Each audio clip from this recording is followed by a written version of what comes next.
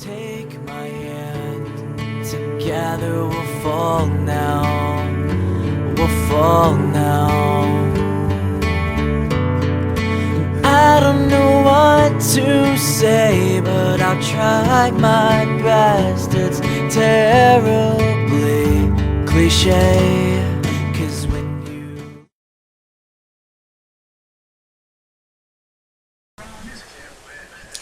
Hey guys, so I got a request to do a breastfeeding update, and today me and Abigail are going to do that. So to start off with, let me say that I think breastfeeding is extremely hard, and hats off to the women who start to do it and do follow through. It's not something that comes naturally, it's not necessarily instinct really. It's something that is a trial and error process, and it's a learn as you go type of deal. So to begin with, for me personally, I started breastfeeding my daughter in the hospital. I didn't breastfeed her right after she was born because I had a C-section. I was coming out of surgery, my spinal was wearing off, I was in a lot of pain. They just started a morphine drip on me, so right then wasn't the time. So they did have to give my daughter some formula for a while, for the first few hours of her life. She wasn't breastfed. She had a little bit of formula fed to her through a syringe. She didn't take any nipple or any pacifier, so she wouldn't be dealing with the nipple confusion thing. It was probably 3 or 4 hours after she was born when I actually breastfed her for the first time, and she was breastfed throughout the whole hospital stay. I did pump some in the hospital, and she was fed my breast milk with a syringe, so her dad could kind of be involved in that and get to do a little bit of feeding. And we used the syringe that the hospital gave us just so the fact that we didn't want to give her an artificial nipple. And for the first couple of days, it was really confusing and really difficult, especially for the fact of every time the shift changed, new nurses came in, and each nurse seemed to think that they knew the best way for me to breastfeed.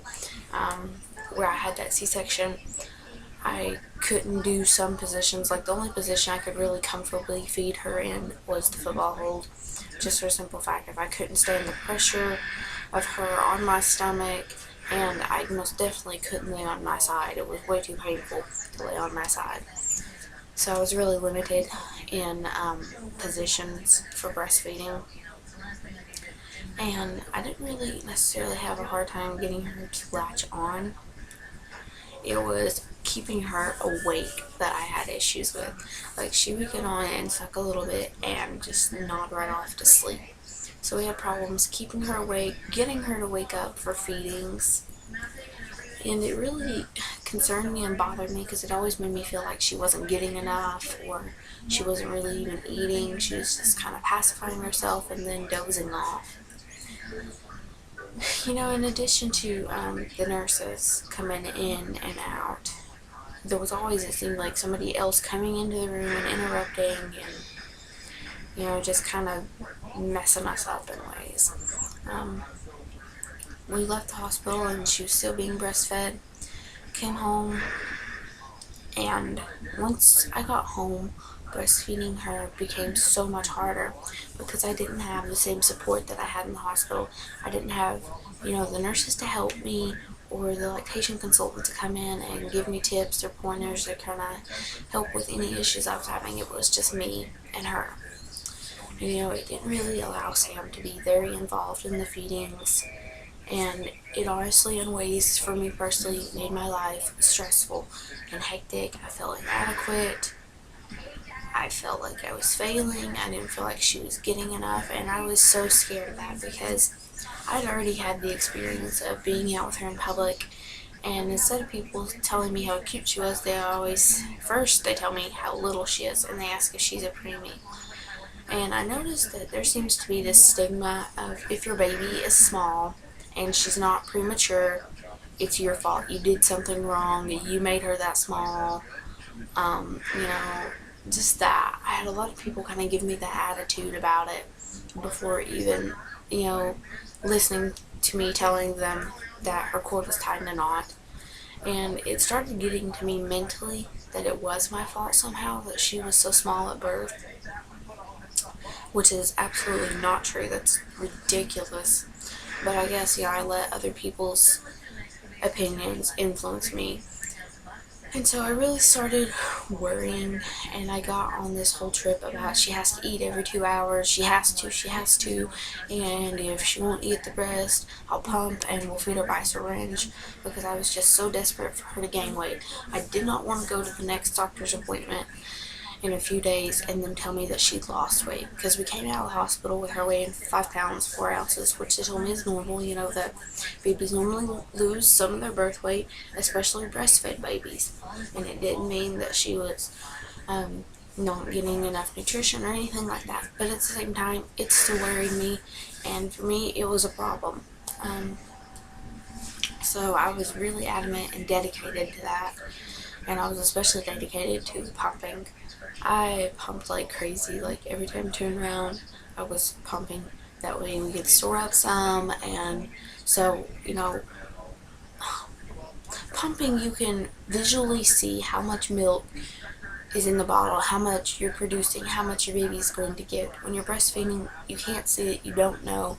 And for me, that was bothersome. I didn't like not knowing, and I didn't like being unsure of how much nutrition my daughter was actually getting from my breast. It bothered me. I wanted to know exactly how much she was eating. So we got to the point when she was about 2 weeks old, a little bit over, and things kind of started going downhill. I'd had my staples removed after a week, and I got put on some medication. And for some reason, you know, when I was pumping, my milk was going down. I noticed I wasn't pumping near as much as what I had been.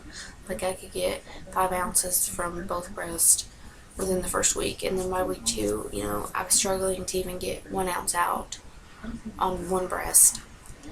And I noticed, you know, she started becoming increasingly fussy after meals, and still with the hunger cues, the smack in her lips, the hands in her mouth, the sucking noises, you know, looking up at me and holding her mouth wide open. I started noticing she was still doing that, even after being on the breast 20 minutes, half an hour, and it just wasn't doing it. And, you know, she'd lost weight, she'd lost a few ounces, so I was getting kind of concerned, and I knew that something was going wrong. And, you know, manually trying to express some by hand, I wasn't getting hardly anything out that way either. So I made the decision to start supplementing in some formula. And, you know, at that point, she was still being breastfed. It just wasn't as much, and I was still pumping like crazy every chance I got, trying desperately to get it back up to what it was, and it just was not working out for me or for her. And, you know, in the meantime, I'm becoming more and more emotionally distraught, and she's just hungry all the time. So it finally came to the point where I just decided, you know, this is not working at all, and I quit. And I just switched her over to exclusively on formula. I didn't think that it was working. I didn't think it was going to work. I didn't feel like it was what was best for me or for her. And to be honest, it was really taking a toll on me mentally and emotionally. You know, like when I was pregnant and people asked me if I was going to breastfeed or bottle feed, I always told them I'm going to try to breastfeed. And I had that try stuck in my mind because I knew it might not work out, and that for, you know, every woman, she has her own method of providing food for her child in a way that works for her and her child. And those methods are not the same for every woman. And, you know, one woman's method may not work for the other woman. So I tried to keep that in mind, and I tried to go into breastfeeding with the attitude of I'm going to try, and if it doesn't work, it doesn't work, and that's okay. But by the time I quit, I was at a mindset where I was a complete failure, and I was less of a woman even because I could not feed my daughter. And maybe next time around under different circumstances breastfeeding would have worked out. I don't know. Maybe if I'd had more support, maybe if I would have not had as much stress on me. It just depends. At the time that Abrielle was born, and even now, still, my life is really chaotic and stressful. Not just with becoming a new mother and being so young. It's everything balled into one. It's just a lot on me to deal with at one time. And as awful as this is, and as much as I hate this, breastfeeding just added more to my load. And that's just at this point in my life and with this situation. And all I know is I had to do what I had to do, and I'll be honest, I cried the first time I gave her a full 2-ounce bottle of formula. I hated it. I hated giving my daughter that formula. I cried. I hated feeding her after that because I didn't feel as special. I didn't feel as needed. I didn't feel as worthy. And as crazy as this sounds, I felt like she wasn't going to love me as much anymore. And I know it's the silliest thing, but you honestly really, until you're there and you try and you're succeeding for a while and then things go wrong and you can't figure out why and there's nothing that you can do about them, you really have no clue like what an emotional toll it takes on you, because you become so used to it. You feel successful, you feel content, you're happy, you're proud, and then all of that is just tossed out the window. It's crazy. And with being able to provide for my daughter in that way, it made me feel more connected to her. And especially, I'm not saying that I'm unable to feel connected to my daughter or bond with her. That's not true. And it's not true for anyone who bottle feeds formula. That's absolutely ridiculous. But at the same time, for me, that is still there. I'll be completely honest with you guys. Sometimes I get really depressed and just down in the dumps about the fact that I no longer breastfeed her, and I will sincerely think about trying. And I'll admit there's been 2 times that I've tried, and she was just so mad and so irritable and fussy that I was like, I don't think she's getting any. I quit. And last night was one of those times too. I didn't try to actually breastfeed her. I got out the pump, and I took it in the bathroom, and I stayed in the bathroom for about half an hour, pumping, trying, until it got to the point where Sam keep me knocking on the door to check on me because I'd been in there so long. And after all that and working on both of them, I didn't even get an ounce. A few drops is what I got. So it's just something that I have to deal with and let go of. And I'm totally of a mind, if you want to breastfeed, then breastfeed. It's great. If you want to feed your baby formula, then do so. That's also great. I don't think, in my opinion, I know science says this, your baby will be smarter, your baby will have this, your baby will do that, you will have this, you will do that. While some of those things may be true, it doesn't change the fact that you're still a woman, you're still a mother, and you're still providing for your child, no matter what choice you make in the matter of your method to feed them. You're still their mother, and you're still providing. You still have that bond, you're still connected, and you still love them. And it's okay if breastfeeding doesn't work out for you. I don't know if anyone told you that. I honestly wish when I left the hospital that I would have had one of my nurses tell me that it's okay if you go home and it doesn't work out.